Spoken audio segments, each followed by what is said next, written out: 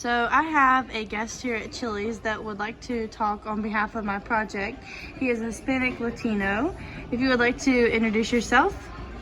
Eduardo Lopez. Would you like to introduce yourself and explain like who you are and stuff? Moved to America when I was the three from Tijuana. Very, very different down here.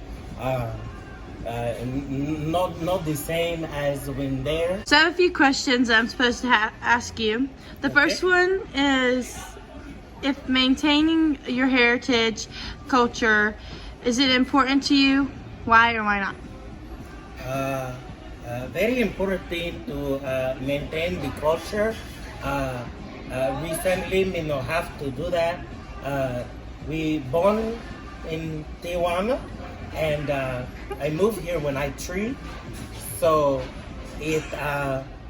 I'm very adapted to American life. Has maintaining your heritage become more easier or difficult over the years?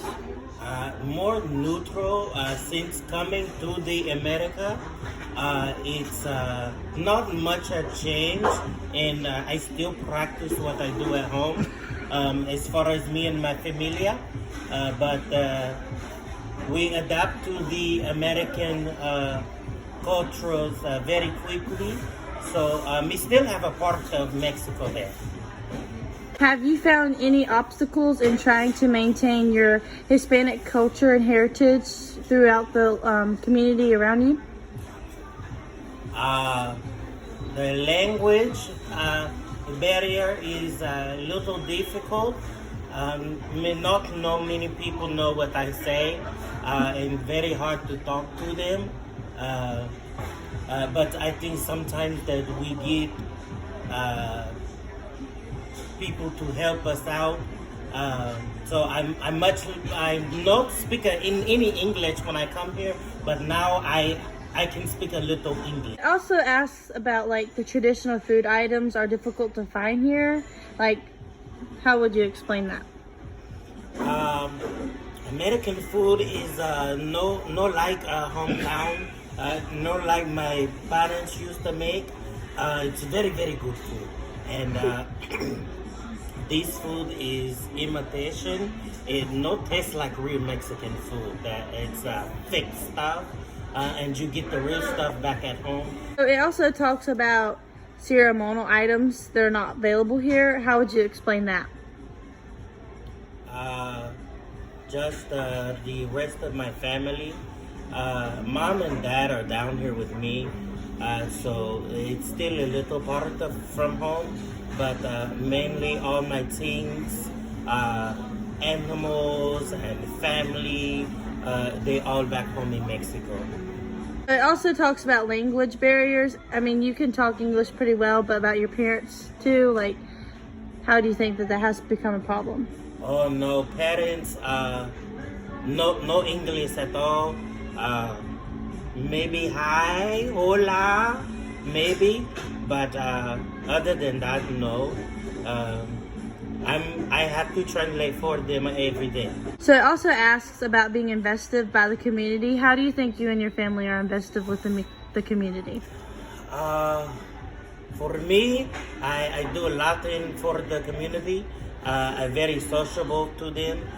For my mom and dad, not very much so, because of the not speaking English. A very hard time to socialize with the other people. But definitely for me, yes.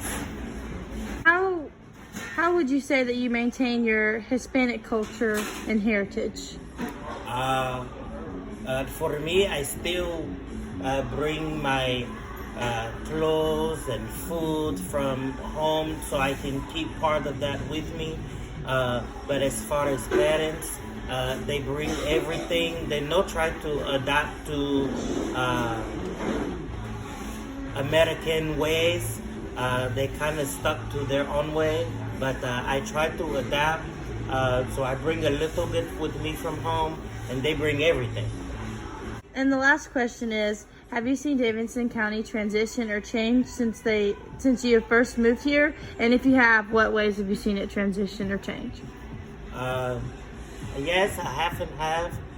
For I still get called immigrant, so it do very much so hurt my feelings. But I see some good change in the way people sometimes they welcome me, open arms. So it makes me feel a little bit more home that they welcome me into their presence without me being the immigrant that they want me to be. We're just going to conclude our talk and how he's expressed to us moving to the United States. So again, my name is Eduardo Lopez, and just want to tell you that coming to America is a great things. Experience a little bad thing, but great things always overcome. And I am just thankful so much that I have this opportunity to come to the America, and parents give me better life than what we had in Mexico. It's better opportunities, more freedom, so just a lot much better here than Mexico. So I thank you for letting me share my story with you. Thank you so much for your time.